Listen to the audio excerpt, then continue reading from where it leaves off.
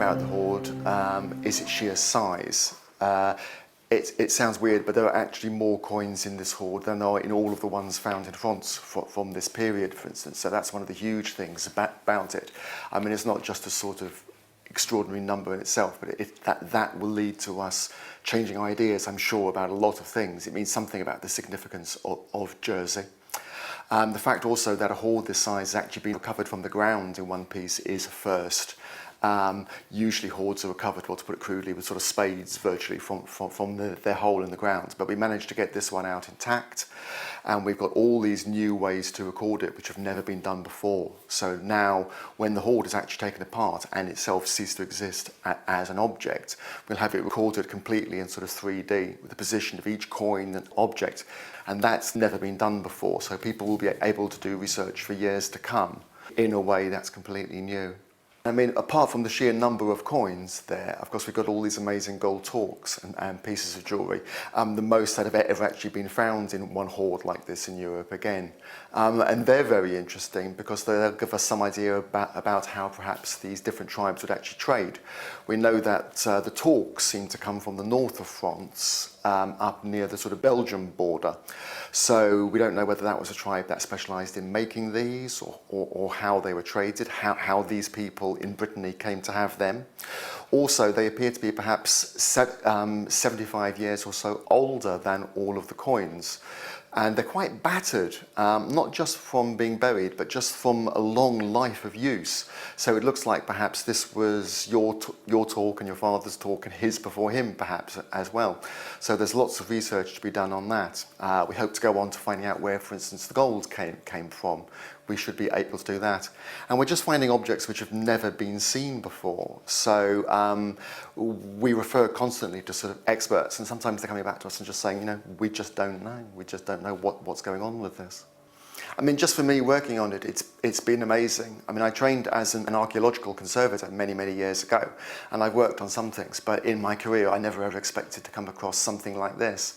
So when we began the work, we were assuming it was a pot and that we thought we'd be sort of in and out of the dig in one day, and it took sort of 5 days before we could appreciate the full size of the thing even.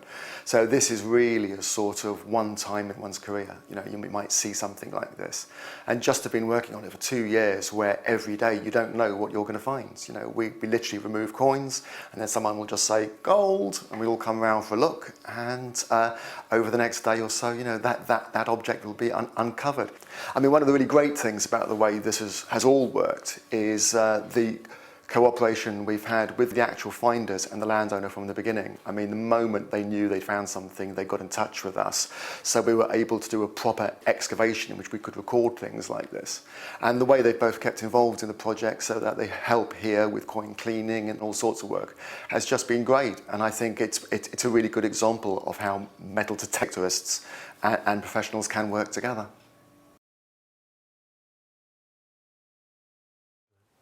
The story leading up to this hoard began many years ago, about 30 years ago, when a lady was talking to us. We went out for a meal with friends one Sunday afternoon, and she was chatting to me. She said, "You're one of these chaps that goes out in the field with this thing, don't you?" and all that. And I said, "Yeah, exactly."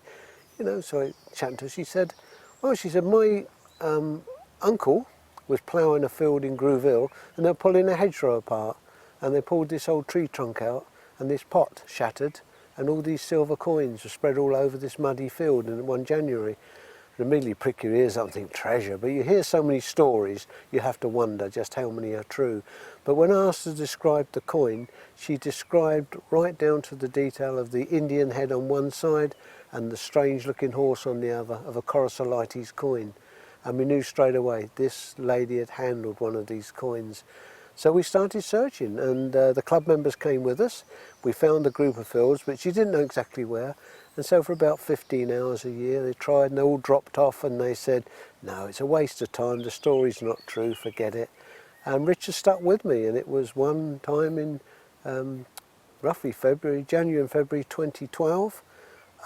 We're doing this last part of the field, and I looked up, and Richard looked down and shouted, "Got one," and held something up in his hand, and that was where the story began. When I found that first coin, I held it in my hand, and I realised pretty quickly the condition of it, that you're probably looking at a hoard coin here. It was too good for Jersey soils. So I could see Reg way off down the distance, and I thought, okay, let's just get him going here a little bit. So I shouted down to him at the time. He wandered up as fast as he could to where I was. And then I'd already found something interesting halfway up the field, and I showed that to him in my left hand, and I said, oh, look, Reg, this is really interesting. So he sort of turned this stone, it was an abrading stone, a rubbing stone, he turned it over, looked at it, and thought, well, why has he called me up for that? It's a nice little find. But then I said to him, okay, Reg, well, if we don't find anything else, what about this? And I showed him the first coin, and his face just lit up, and he went, it's true, the story's true. And that was a really special moment, it was wonderful. Yes, it was at this point that we began to search this area very thoroughly, and it wasn't long before we found about 130 of these Corosolites coins. And we carried on for a couple of days, and then gradually we think we had collected as many as we could, but Richard mentioned to me that we hadn't found any of the pot. And usually in a hoard, you hear a story of a pot breaking, you expect the best coins to be in the base of that pot. So at home I had a 2-box deep seeker, an old machine C-scope was selling many years ago, and I gave this a try. When I got it from under the bed, dusted it off, hadn't been used since 1996 when we were recovering the remains of a shipwreck off St Albans Bay. And we finally got the thing working, and within about 20 minutes I went down, I got a very deep positive signal with it. And I just shouted up to Richard, yeah, man, I've got something. I said, it's not what we're looking for, but yeah, there you go. It was a really hot day, I remember that, and when Reg called down to me, I wandered on down, he showed me the area, we started digging down, we cleared a patch of earth, and we kept on going down. It took perhaps 10 to 15 minutes of digging, and we stopped at that sort of point just to have a drink, it was that warm. And looking into the hole, I tried my machine again, and there was absolutely no signal at all. So we sat there and we contemplated, and we thought, well, actually, is there anything really down there? Is this just a false signal? So we both sort of looked at each other and said, well, if we don't dig it, we're never going to find out. You can't walk away from something like that. It could have been a rubbish pit, it could have been an old bicycle, some German ordnance from the Second World War. We had no idea, but we needed to find out what was down there.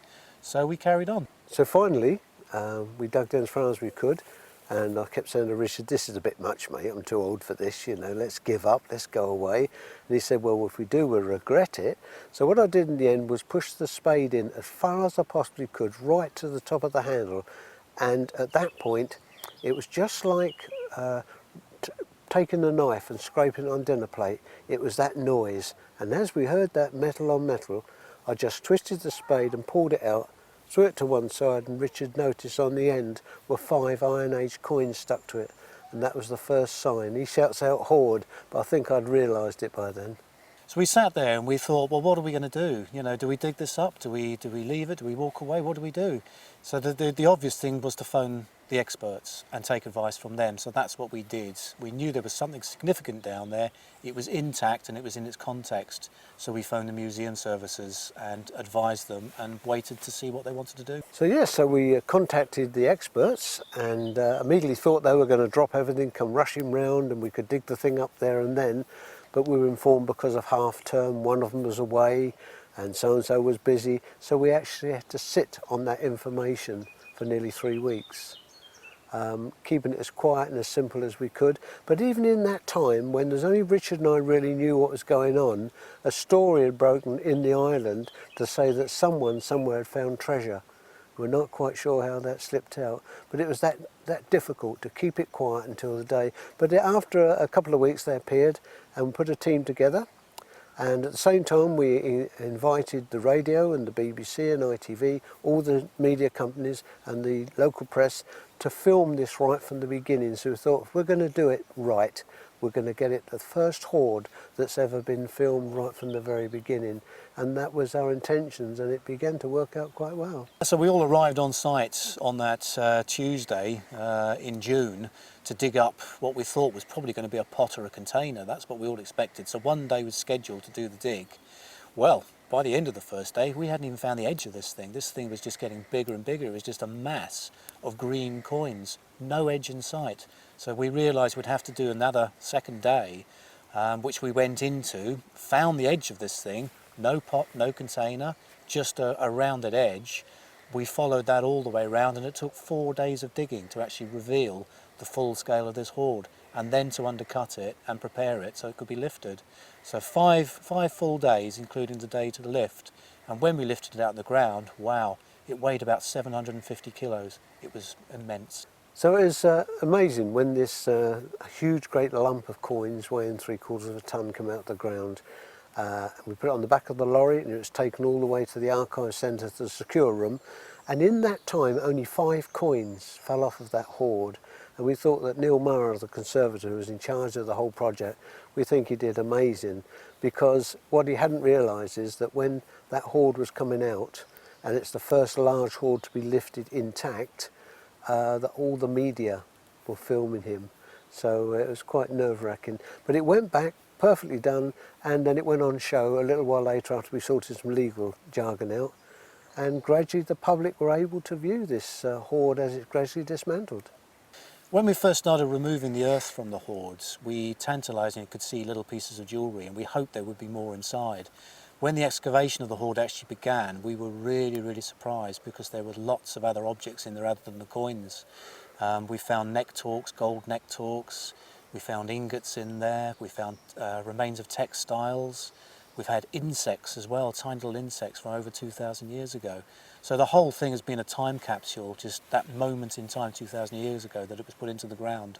So we were really lucky as well, because the Celtic Iron Age coin expert, Dr. Philip de Jersey, actually lives in our neighbouring island of Guernsey, and he's been very closely involved with the whole project. So he sits and decides what everything is. We assist in that process and do the classification for the coins and work out what they are, and the stuff that we don't know we send on to him to look at, but he will interpret exactly what this hoard is really doing here in Jersey. We'd like to think it's a lot to do with the Romans at the time. So we're looking at about 58 BC, 58 to 56 BC, when they were coming through Gaul.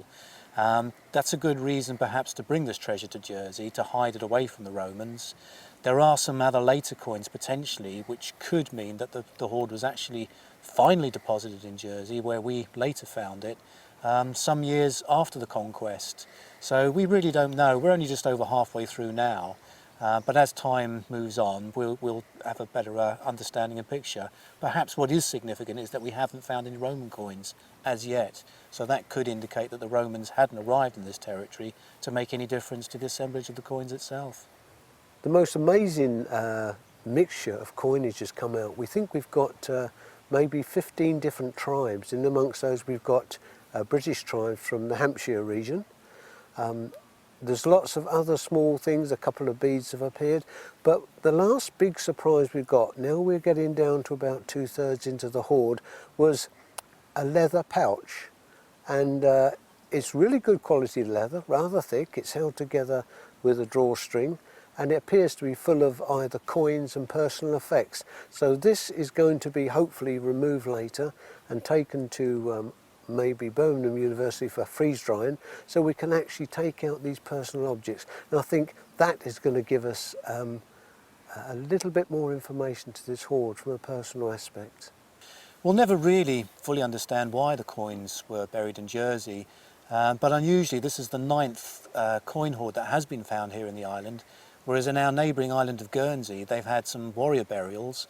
They found some Roman material, some Roman wrecks just outside St. Peter Port Harbour, things that we haven't found. So maybe even 2,000 years ago, Jersey was slightly inaccessible to allow, you know, that sort of Roman traffic to arrive in the island, and maybe then it was considered a safe place to hide your treasure, really. So that could be an explanation. Guernsey have got no coin hoards. They haven't found any coin hoards of this period. 5 single coins have been discovered, but no coin hoards. So is that significant? Well, we think it could be. As Richard mentioned, we don't know exactly why this hoard was buried, but one idea comes to mind is there was a chap by the name of Vercingetorix that was the last person to gather the tribes together to fight Julius Caesar at a place called Alesia in northern France. And it was a battle that he finally lost, and he was executed, or taken to Rome and executed. But on site, Julius Caesar says in his writings that they annihilated 300,000 people from that one battle. And this would give you a good idea maybe why they didn't come back and collect this treasure. Maybe why everything in the Celtic world changed after that one rather large incident. We've asked many times how do we feel about finding this hoard and everything else, and also now that it's been recognised as the largest Iron Age hoard ever found in the world. And yes, we're very proud, but rather numb that we've achieved such a thing. But what I'd like to see most of all out of this hoard, if it's possible, is to say it to other detectorists. If only you stay by the rules, that you declare what you find and work with the people that are friendly within the archaeological area. There are plenty there. You'll find it opens so many doors, and the knowledge you achieve from it. And once you build up that relationship with your local museum, it really is an extension to the hobby and makes it that much more worthwhile. Yeah, I think one of the most positive things that has happened has been the whole collaborative venture. Really, we've worked with the professionals; they've allowed us to work with them over the whole project. It's been a wonderful, wonderful experience, and it's now led us on to actually writing a book about that experience, which the professionals have joined in. But we've done it in such a way that it doesn't offer too much technicality or interpretation, but we just present the find and the excavation of the find and the objects that are being discovered on a daily basis. So, you know, to be actually involved in this whole thing, it just shows that collaboration can work, and both sets of people can come together well. Well, finally, when this everything was removed from the ground and the crane had put it on the back of the lorry and they're gone, I went back into the hole with the archaeologist, and from everybody that had been on site, we decided to ask for a personal object, whether it was a coin or a badge or whatever they wanted, to put it into a tin, because I'd heard about this Tutankhamun curse and I didn't want to get involved there. So we thought what we'd do is, having removed such a vast hoard from the ground, that we'd go back to the Celtic gods, put, before we filled the hole in, this little box with all the bits and pieces in, and say thank you very much for what we now believe is a hoard of 70,000 plus coins. Then it was backfilled, and so far everything has gone smoothly, so maybe it does work. It would be lovely to get back and do some detecting, but the last few years we've been so actively involved in working on the hoard that there hasn't been a lot of time to do it. I'm itching to get back out there. We've got another year on the project before we finish. It's going to be great to be able to get back out, and who knows what else is out there. There might be another large hoard like this to be found, so will we be lucky enough to find another one like this? I don't know. We'll just have to wait and see. If I was asked to give my advice on doing what we know now, in other words, before we went in search of this hoard, I'd already emphasised the fact we should come to the agreement with the landowner and the farmer, if there's two different people, and also, if possible, get it in writing, that you have everything arranged ahead of time. It's all right saying, no, I'm never going to find anything, or I don't think I will. We knew that there was a possibility that one day we would find this scattered hoard, and everything was signed and sealed before, and because of that, Richard and I and the landowner have gotten marvellous. We've heard all these stories of people falling out with each other as soon as you mention money and reward and the sharing, but we've had a marvellous smooth ride because we've considered that initial agreement and make sure everybody's happy before we started our search.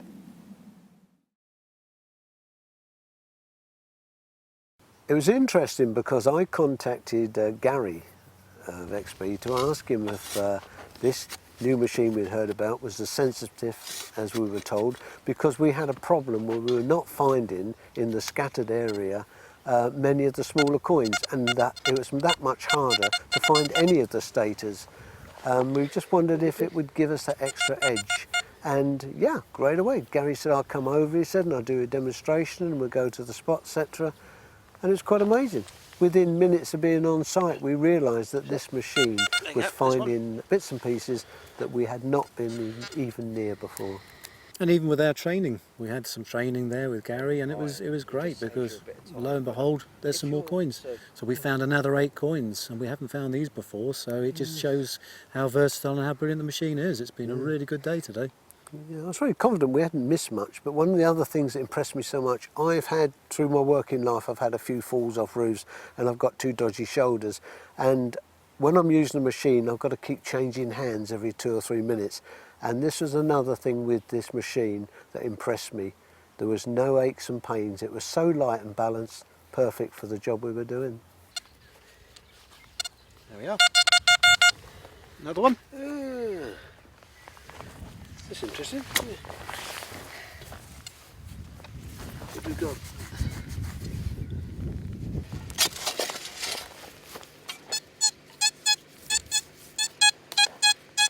I can see it from here. It's there. Ah, yes, that looks like another little stator. Hey. Yep, another little stator. There he is. Another little class 2. A Coriolite. little class 2, Ken.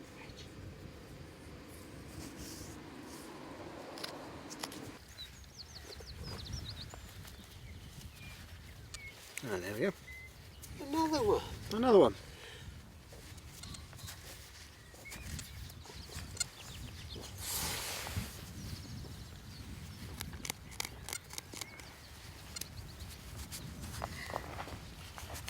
They're getting better down here, aren't they? Yeah. That's a nice You one. see his cheek again. It's another little class 2. Yeah. I can see him. There we are, another beauty. Hey, smashing. 3. Perfect. Yep. So when we get to the lab on Sunday, we'll give those a wash, and there'll be so much detail on them, Yep. unbelievable. They will, won't they? Yeah. Gorgeous, eh? Yeah, another good one. Yep, another one. There he is.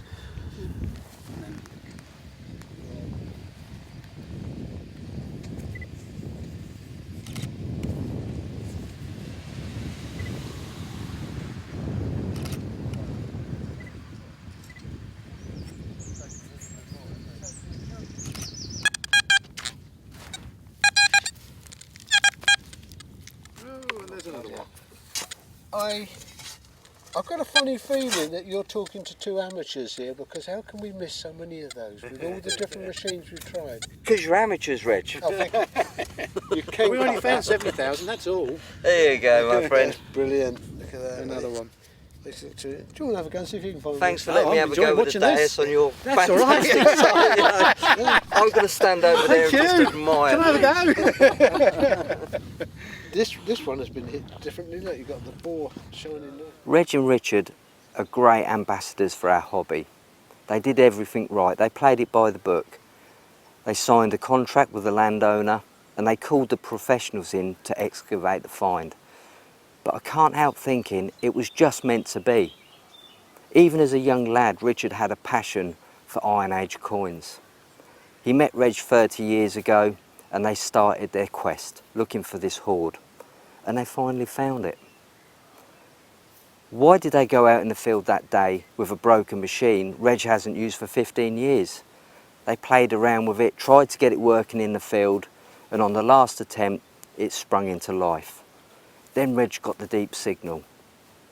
They dug down. They were just about to give up when they heard the sound of metal against the spade. The rest is history, but it was meant to be. The guys have even got the same initials.